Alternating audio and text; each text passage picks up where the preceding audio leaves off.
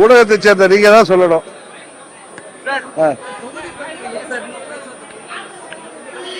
ஒன்னும் கவலைப்படாதீங்க, விரைவாக சுமூகமாக தொகுதி பங்கீடு என்டிஏவில் முடிந்துவிடும்.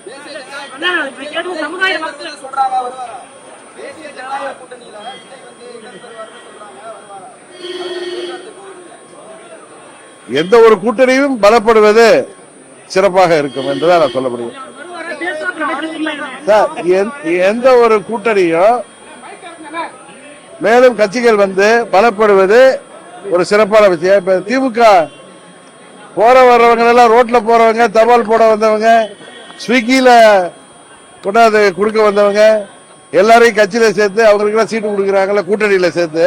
அது மாதிரி அம்மா புரட்சி தலைவர் காலத்துல மந்திரி பதவிகள், பல பொருளாதார வளர்ச்சிகளை பெற்றவங்க எல்லாம், காலாவதியானவங்க எல்லாம் அங்க சேர்த்து சீட்டு கொடுக்கிறார்ல திமுக. அவர்களே அப்படி செய்யும் பொழுது என்டிஏ கூட்டணி வலுப்பெறுவது தமிழ்நாட்டிற்கு நல்லது.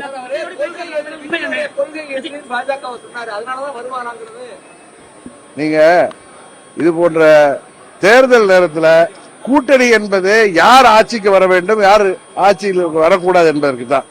அது ஒரே இதுதான். மற்றபடி ஒரே கொள்கை இருக்கிறவங்க எல்லாம் ஒரே கட்சியாக இருந்துட்டு போயிடலாம். அது மாதிரி எதிர்கொள்கை இருப்பவங்க இப்ப காங்கிரஸ் கம்யூனிஸ்ட் சேரலையா கூட்டணியில, அது மாதிரிதான் பழைய கட்சிகள். இல்ல நான் வந்து எங்க கூட்டணி இன்னும் வளம் பெற வேண்டும் என்ற விருப்பத்தில் சொல்கிறேன். மற்ற விஷயங்களை அண்ணன் இபிஎஸ் அவர்களும் பாஜகவின் டெல்லியை சேர்ந்த தலைவர்களும் பார்த்துக் கொள்வார்கள். எங்கள் விருப்பமும் ஏடிமிக்க பெரும்பான்மையோடு ஆட்சி அமைக்க வேண்டும் என்பதுதான். அது எங்களது விருப்பம். நான் பலமுறை சொல்லிட்டேன், எங்களது விருப்பம்.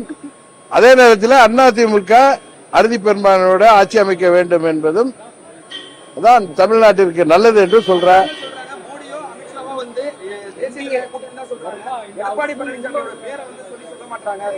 அதான் சொல்றாங்களே நிறைய, அவங்க பேரெல்லாம் பிரதமரோ ஹோம் மினிஸ்டரோ சொல்றாரு.